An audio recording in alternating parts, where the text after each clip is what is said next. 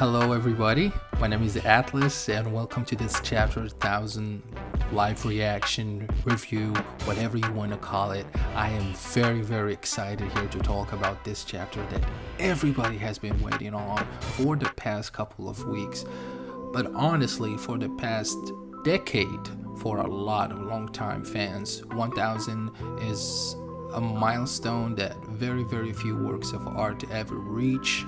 So I'm very happy for the One Piece fandom as a whole. Let's just dive into it. This is a very, very good chapter, and you can see that just from the title is very hype. The chapter is titled Mugiwara no Luffy. Let's go. You just read that and you know this is gonna be special. So we're on the 5th floor right now. Luffy's with the Minks, Shishilian and company. They cleared out that whole floor, and now the path is clear. Everything is set for Luffy to go to the top, to the rooftop. We get a look at Zoro, who's of course with Marco. We've seen that in the last chapter, and they're trying to get through King and Queen and reach the rooftop. We see that I think Marco was attacking or holding off both King and Queen in what is a really cool panel, and then Zoro just thrown right into the rooftop. It's pretty funny. I think that's the Zoro face is pretty funny. The 3rd page is about Yamato and Momonosuke. She's telling him about all the history that she discovered in Oden's memoirs. So she's telling him a lot of useful information, but like nothing too hype for us right now. It's more of like life lessons. And then we get to the beginning of the hype. So she's telling him about a new generation full of crazy, strong-willed pirates, and we see Law, Kid, just looking as badass as ever, and they're saying that this generation is what's gonna dethrone all the old guard, even including Kaido. So that's a lot of hype, and perhaps even foreshadowing for what's gonna happen in the future.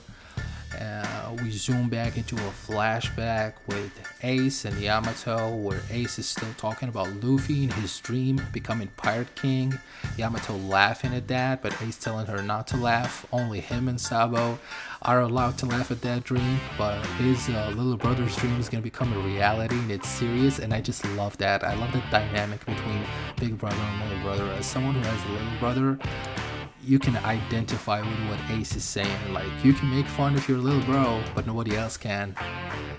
So it was a cool flashback, and there's just a lot of building, like character building between Ace and Yamato. I feel like if Ace was alive, Yamato was probably going to be his chick. Like, they will eventually end up together. That's just the vibes I'm getting. So Yamato is talking about how she had the favorite card from Ace, and that's how she kept up with information about him, and she knew he died after, like 2 years ago, sadly. And after that flashback, we go and see Luffy making his way to the rooftop, and then an incredible spread. You got Kid, you got Killer, Luffy, Zoro, Law on one side, and then the 2 monster Yonko on the other. Big Mom, Kaido right there. This is a great panel. I love it. It's like you know, those stare downs in the big UFC fights or the boxing fights. You just got many strong characters in one fight, and I love the choice Oda made of having these characters in the rooftop. Like, I feel like this is a strong balance. Some people could die, some people could really showcase a lot of potential. I mean, I'm expecting a lot out of Kid. This is Kid's last chance to prove that he's a big deal. But also, I wouldn't be surprised if he died, or Killer died, or Law died. So there's just a lot of hype building up right now. We don't know how this is gonna end up, and I love it. That's great writing, man, is when there are so many possibilities and you don't know what's gonna happen. So yeah, they're saying that in 20 years a new generation was going to come, like Odin forecasted that in his memoirs, and here it is. It's finally here, and it's clashing with two of the strongest people in the entire One Piece verse, that being Kaido and Big Mom. So Kaido and Big Mom start ranting about their power and how they're gonna handle Luffy, and then Luffy just says, he just walks. He's just walking. He's just walking between two Yonko, telling them to move out of the way in one of the most badass character moments for Monkey D. Luffy. This was just insane. I loved it. This just feels like that post-time skip Luffy that just destroyed the pacifista. He's just serious. He doesn't care. He's gonna be on your face. There are no jokes. There's no humor. Someone is going to get his ass whooped because you messed with the future king of the pirates. Luffy right here does not give a fuck, and I love it. This is my main character. This is my MC. I love it. He's just walking right between two Yonko, not giving a fuck, and Kaido is shook. He's like, what are you doing? What do you want to become? What are you saying? Luffy does not care. Just goes to Kinemon, says, I am sorry for being late. And he has a really nice moment checking out the rest of the scabbards. They're all in near-death capacity, or probably some of them could even be death. And Luffy again says, I regret being late. Kinemon says that he would be ashamed of facing Lord Odin in the afterlife, and he starts crying. Man, this is powerful stuff. Kinemon is bawling right now. He's just like, his eyes are bawling out. He's just crying so hard, and he just hopeless and weak, and just asks Luffy, please save Wano country. Please save my country. And then Luffy screams, of course I will. Of course I will. This is my friend's country. I will do that. And you get in the next panel, Kinemon fading and Kaido just about to strike the hell out of Luffy.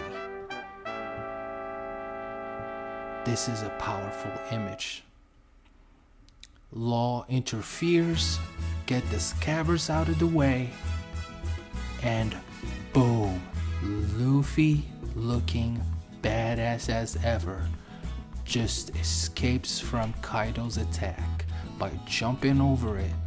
And then he gets a flashback of all the moments from Zou that he witnessed that have a relationship with Kaido. Like, we see him in Zou with the Minks talking about Raizo and how they saved his life, and those people almost sacrificed their life for Raizo.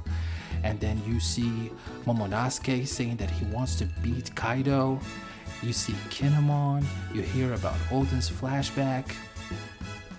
Everything is building up nicely, and then Luffy uses Gear 3rd Gomu Gomu no Red Rock, and he just smashes the hell out of Kaido. The chapter ends with one of the best panels of all time. I'm already declaring it. This is one of the best panels of all time.